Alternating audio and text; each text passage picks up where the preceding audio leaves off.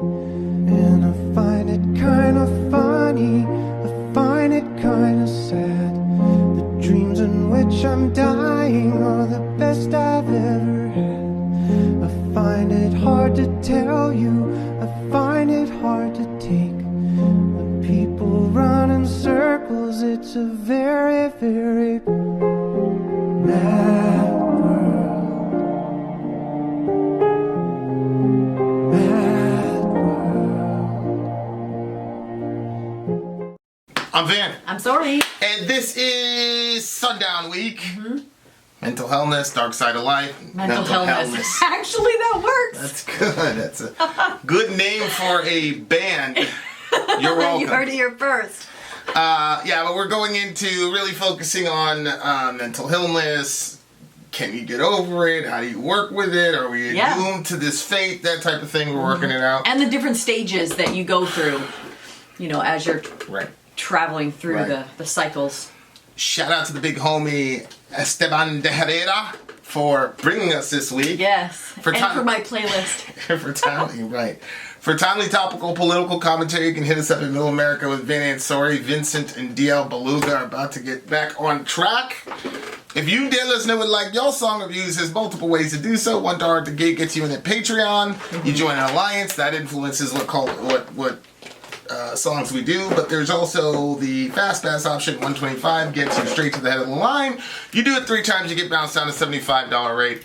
Having said that, don't forget, guys, Patreon has more than just that. There's groups that meet up and all that. So if you're interested, jump on Patreon and send me a message, and I will personally respond to you. Yeah, if you get a right now, I'm trying to clear up the backlog that happened during my maternity leave. If you ever get a message on Patreon, 99.99999% of the time it's coming from this guy. So, unless you say something weird. Inside the horror. Case it'll be Vin. Chimaira, let's go. All right, ready? Whoa. Wow.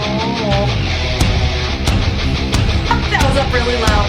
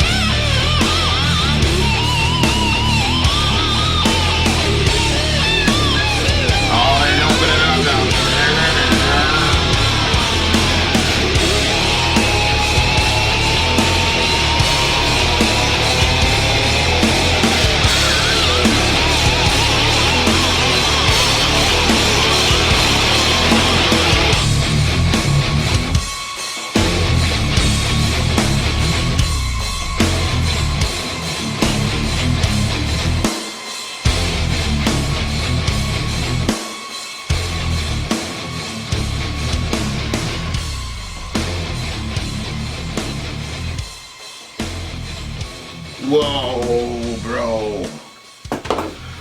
Holy. Oh, that was heavy, It was extremely bro. heavy. Heavy. Might be the Extremely. heaviest song of the freaking year. It's the end of the year. I don't know about that. I mean, that was... It was really heavy. Okay, no, there was that Breakdown in the Arms of God was the heaviest one. That one was the heaviest one, but this is close second. This song... Well, see the thing... Okay, here's what I'll say. Like, that moment in the Arms of God, that you know, the whatever you want to call it, with the riff at the end, that was probably the heaviest section of 2020. Oh, okay. But The actual- that song was not heavy for the entire song, Yes, start this one to was finish. pretty ridiculous. This one was heavy, start to finish. The decisions that were made on the transitions were crazy. Very guitar-driven track. Yeah. Sludge. That's one of my. You like that? Yeah, I do like it, and like, you know, when I'm writing for our band, there's so many riffs that I just throw away because I'm like, that's too chunky or that's too simple or whatever. But like one or two of them I were bet probably you throw out good. a lot of good stuff. Yeah, I went through this phase where I was like recording everything. So even if, you know, because I was playing like 3 or 4, I was like, oh, I'm gonna record this. You know what I'm saying? But It's so funny because he like never has a bad memory, but there's been times where you've played something that sounded like really ridiculous, and then you didn't record it, and you were like, "Oh, I forgot it," and I was like, "Huh? yeah, I know. What do you mean you forgot it?" I know. Because the thing is, it's like some riffs are really, really subtle as far as like what makes them heavy when you put them in the timing and things like that. And so, like, I'm writing. Our drummer's in Austria. Like, if we had like daily band practice, I'd say, okay, Peter, check this out. Blah blah blah blah blah. Fill in, and then we'll hear the recording and see if it works or not. You know what I mean? Like, I knew the riff for our song was gonna work. I just knew it because half of it is because it's like very Lamb of God influence. So the cheap thing, but I knew it was gonna be heavy. But these guys, man, like just the like it just pounds you into the dirt. Like it's just like it's like a ground and pound into the freaking dirt, bro. This song was heavy. This is the heaviest song. So the breakdown of In the Arms of God, like the last minute and 20 seconds, if you want to check it out, we did a review of that. That was the heaviest section of 2020. It's actually the heaviest section I've heard. Disposably. No, I mean, that was the heaviest section for 2020. This is the heaviest song for 2020. Like, All right. start to finish. Just insane. Yeah, I can't put all the songs in a catalog and know something like Shout that. out to the big homie Kai. Kai does all that stuff. I know. Shout out to the homie. He sent me an email. I gotta check that out. Did he? Yeah. The lyrically it was tough though, huh? What do you mean by that? Well, it was just sad, like the explanation of what he was feeling. And then when he said at the end, well, I guess I should wait until we get to the end. The reflection is brighter than the sun. Did you take that as reflection, like mirror reflection, or reflection as what you were thinking about reflecting on? I interpreted that as the allure of the blade, because right above it says the blade moves closer, Yep. and then the reflection is brighter than the sun. So I just think it's like he's almost idolizing this instrument of death that's gonna take his life. Because I think what this is kind of like a reverse. It looks like the person's dead at the beginning of the song. What? A blank expression, pale eyes wide open, cocked back. Like that's a dead body. Like it just looks like the sheer stagnation. Like they're stagnant, they're not moving. Yeah. And then shame to all who thought this was an act. Basically, Oh my gosh, you're right. the person was saying, I'm depressed, I'm gonna die, I'm suicidal. Yeah. And people, you're just, and he's like, okay. See, when a blank expression, pale eyes wide, like I didn't actually catch the other stuff in there because different lyrics will make you go certain places in your own mind. 100%. And so when I 100%. got to that one, it reminded me of the night that I was like, seriously, I was a teenager, I was like 16, and I had decided I was going to kill myself that night.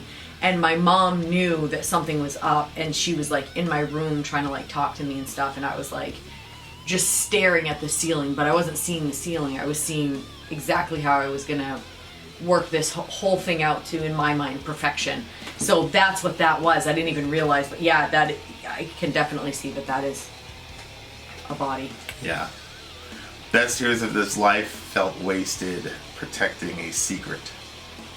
The secret that he wanted to do this, or he was going to do this? Maybe there's something in his life that, there was that horrible story with the gay kid. It was his first year of college, and then they basically catfished him, and he hadn't come out yet, and then they basically taped him doing some craziness. They got him to do something on camera because they were saying that they were a guy or whatever.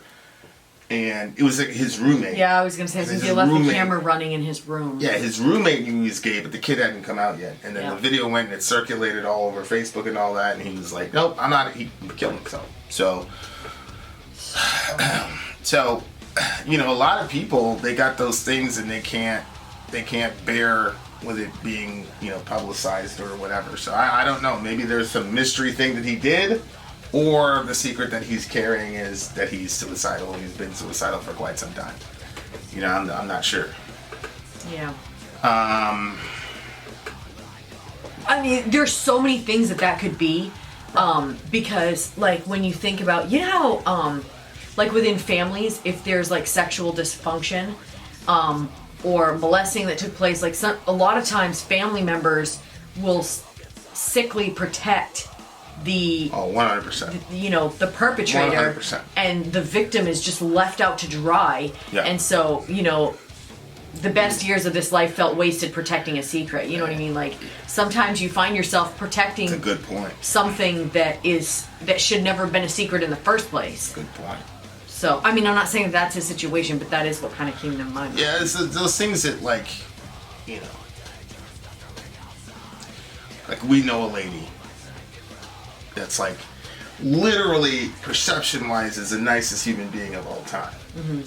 But there was some crazy shit that happened, and her sister was the one that spoke out against it.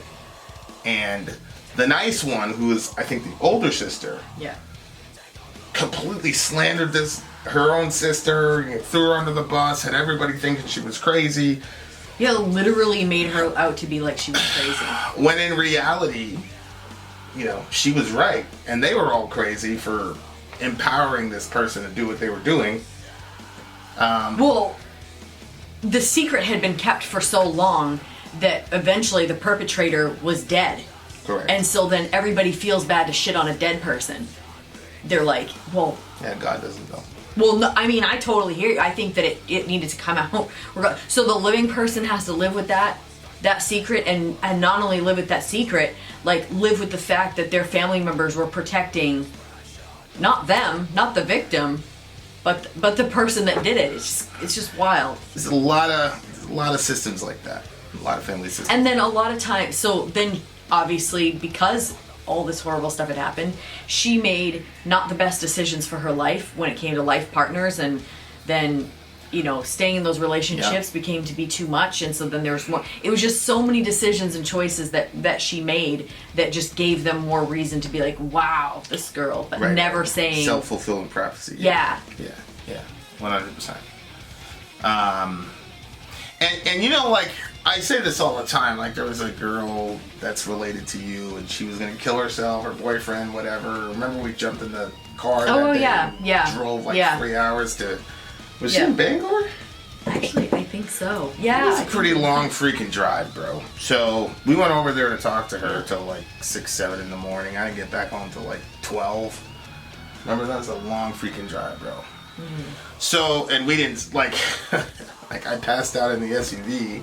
Remember that? We passed out in the SUV, and then we went to her, and then we had to go back because, like, your mom had to do some whatever. So, like, we couldn't go yet. It was just like a whole crazy situation. But Shorty's alive now. She's got 2 kids. A couple kids. Yeah. Mashallah, tabarak. So I mean, but somebody was like, she's doing this for attention.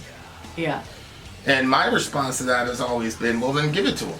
Mm-hmm. Because,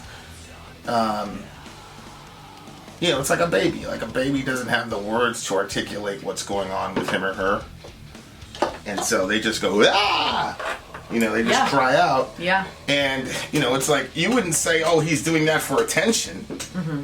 You know what I'm saying? So it's a lot of times people who are depressed do not know that they're clinically depressed. They just know something is wrong with them. Yeah. So then they start acting out to get attention because they need help. But people are, especially people who have no history of mental illness and things like that, it's like, oh, they're just doing this for attention, blah, blah, blah. Yeah. Sometimes, too, like, you know, I worked in the medical field, and there was a woman that was in there she was on suicide watch, and I was out in the hallway, and that was like my first time even being a part of that from a medical standpoint.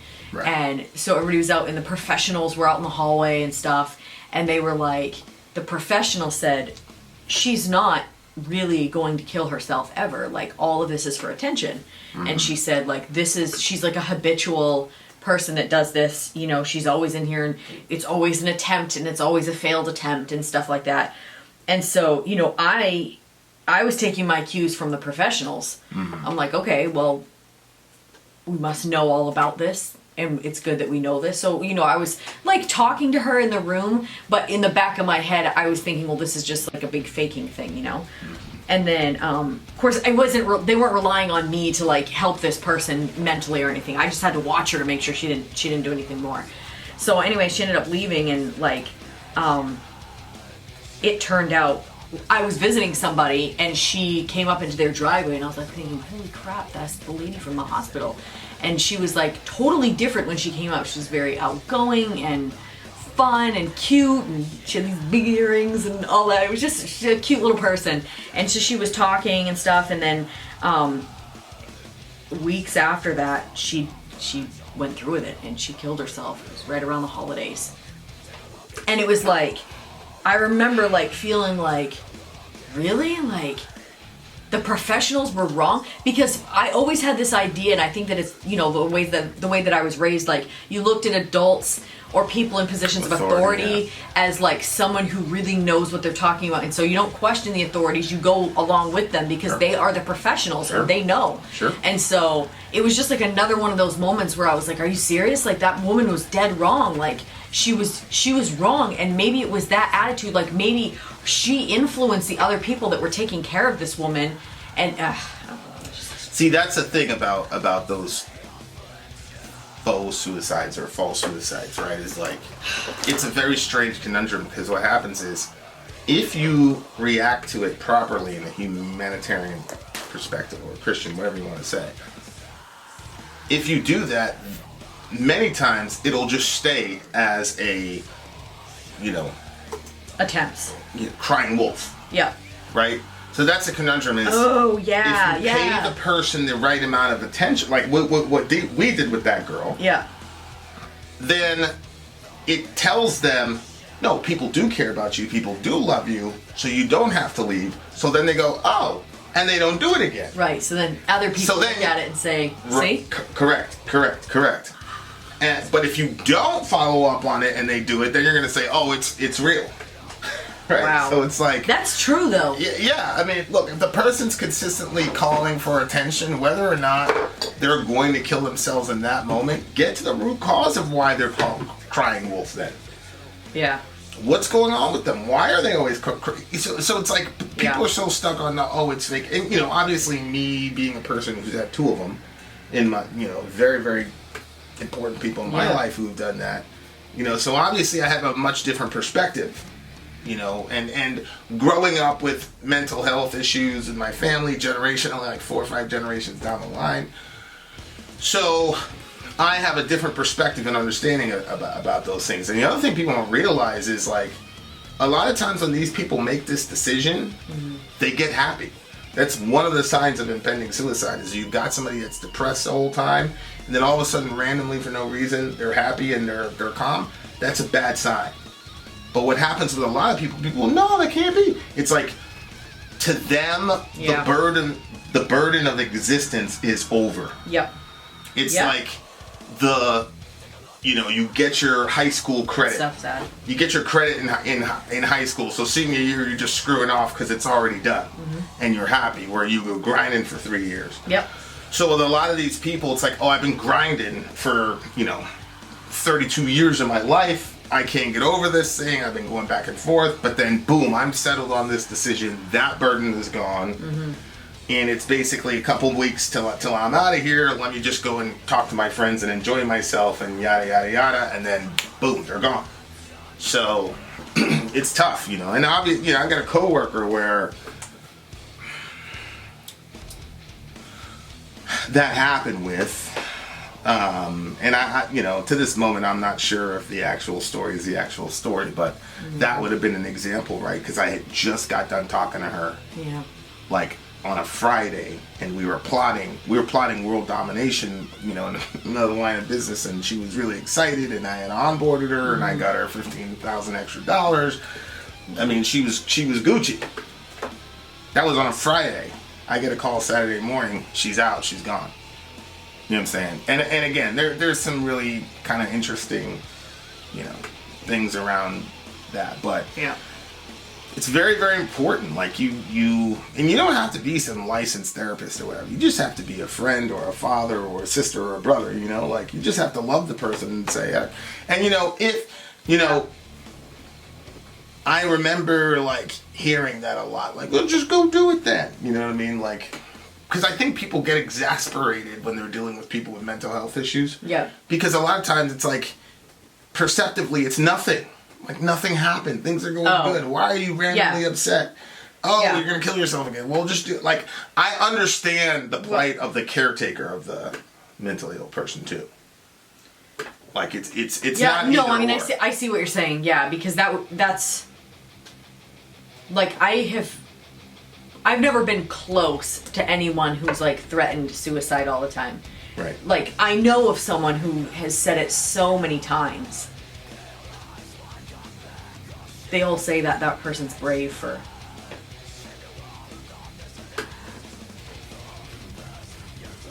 Oh. It's like for always, ever since I can remember, it's always been like a thing. Mm-hmm. But I'm not like super close to that person, you know what I mean? So like I can see how it would be tiring, especially because like, okay, so we had this friend and her husband had passed away, and when he passed away, everybody was like wanting her to just move on and just, you know, well, what about like literally people were trying to set her up with people, and it hadn't even been a year since her husband passed away. Like, it hadn't even been 3 months. No, yeah, it was like really, really quick because people, I think they themselves didn't want to bear the weight of seeing her sorrow, so they just wanted her to move on so that way they could feel better that she was feeling better. But obviously that's too soon. You can't just force something like that. And so I think that probably the same thing happens with that, where it's like the person is dealing and like the weight of suicide is so freaking heavy that to see someone constantly in that situation, maybe you just want to be out of it. I don't know, because like I said, I've never been, you know. Yeah, and I think, you know, as a person who's been on both sides of these issues, whether it's the suicidal one who, I don't know, but I was serious, like, but whether it's a person who's mentally ill, who's dealing with suicidal ideation, or the person who's trying to care for them, they're both in an extremely horrible situation. This song kind of like, I don't want to say demonizes, but it's saying, okay, well, you were wrong. These people were upset. Depression, true fears of dependency, affliction, the scars on such a fragile little body. Hoo-wee. It's tough. It's tough. It leads me to believe that he's singing about a girl who got, you know, there's some secret thing that happened to her that pushed her to this point, and then scars on such a fragile little body. You know, it's kind of. I mean, I've seen, like, we were at Walmart one time and there was this girl, and like, I just couldn't believe how many scars were on her. Oh yeah. Was I there that time? I don't know if you saw it. You were there with me, and I said, oh my gosh. Yeah. Because it was like sometimes you'll see, I mean, like, you have marks on your body, but it actually made you look like a playground compared to, like, literally, there was so many. Yeah.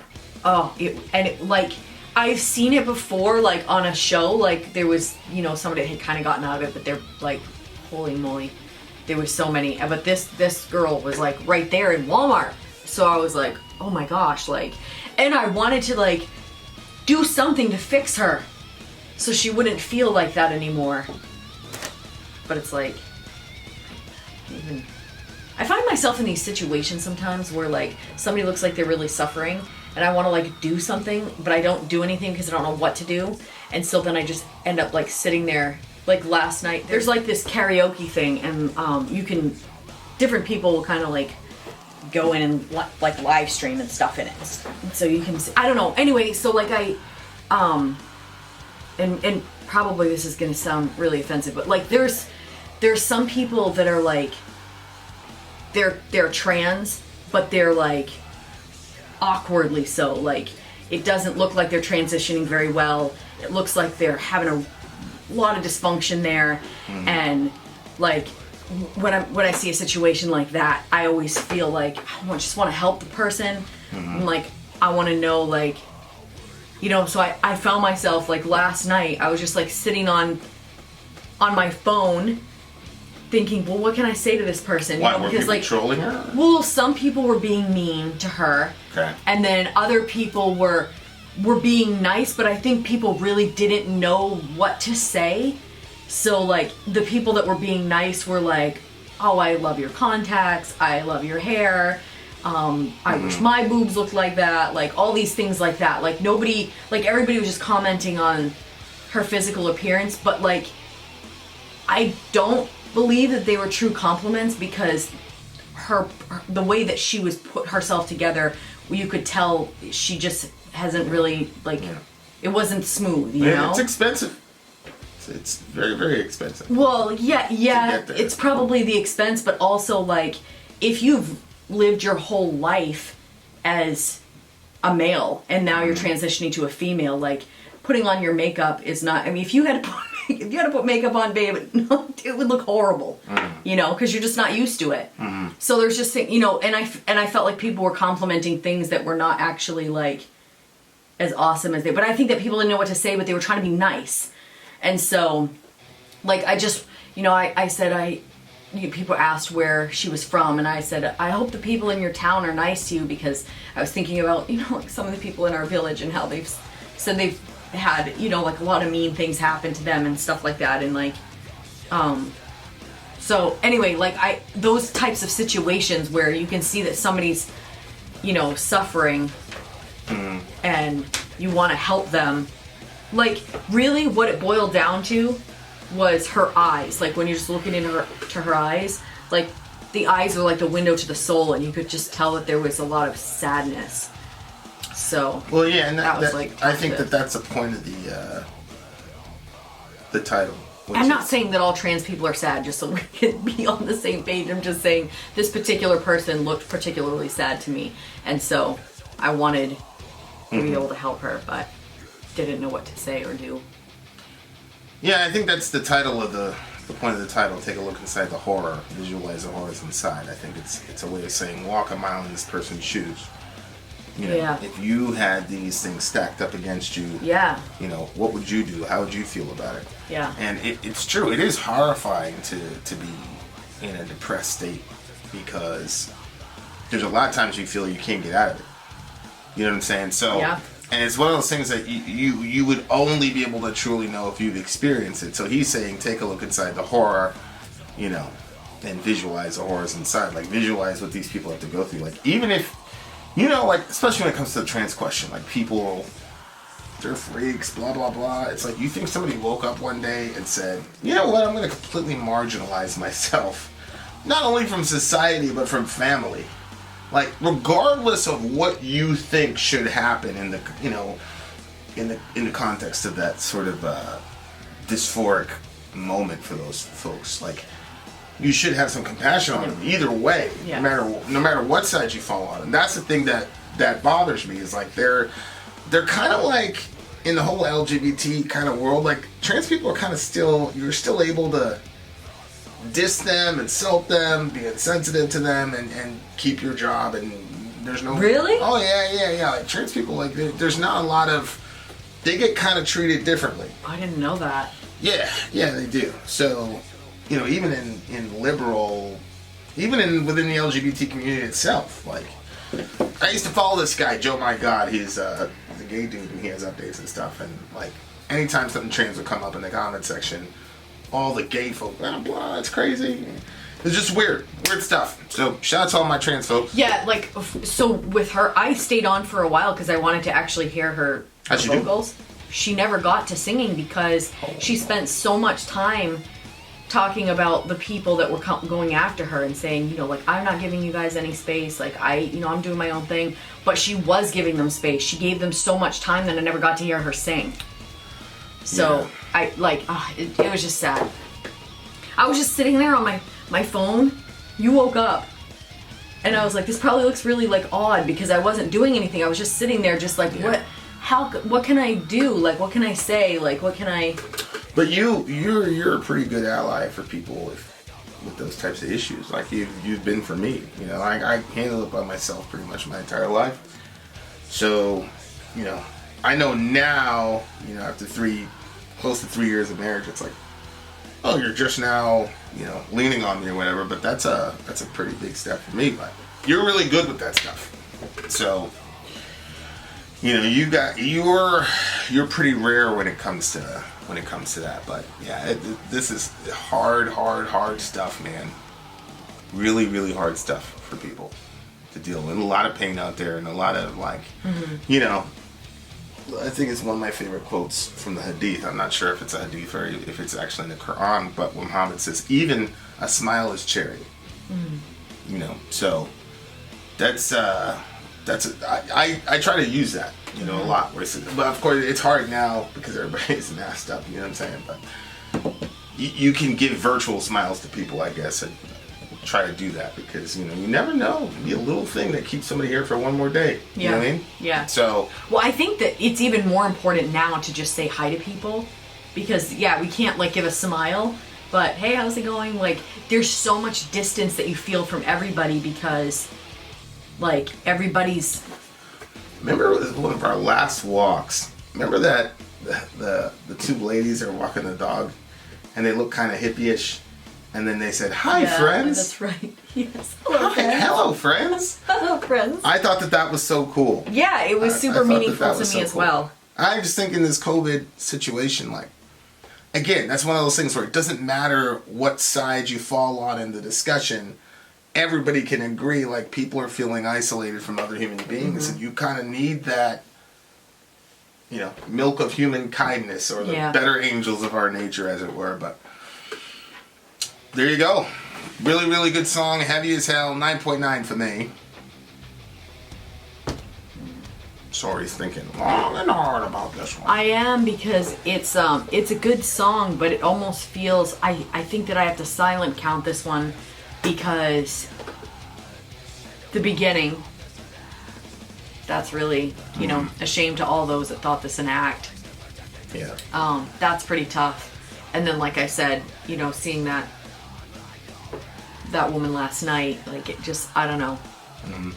And just a word for people who have been caretakers of people with mental illness, who have said they're pretending or whatever, and then something happened, right? Like, I don't want you to blame yourself for that. Here's what I mean by that.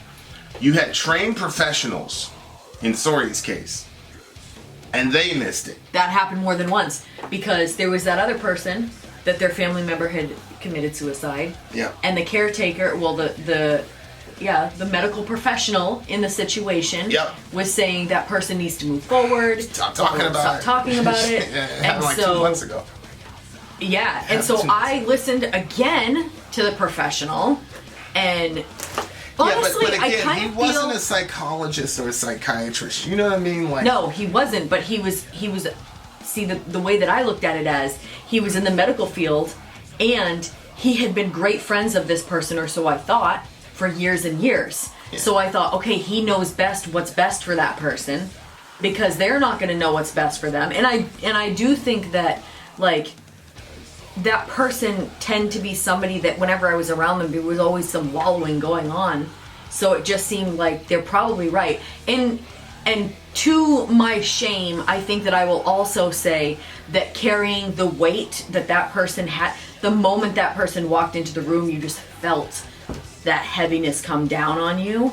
And so I think that I also was trying to escape from that feeling by saying, well, it's better we don't talk about it.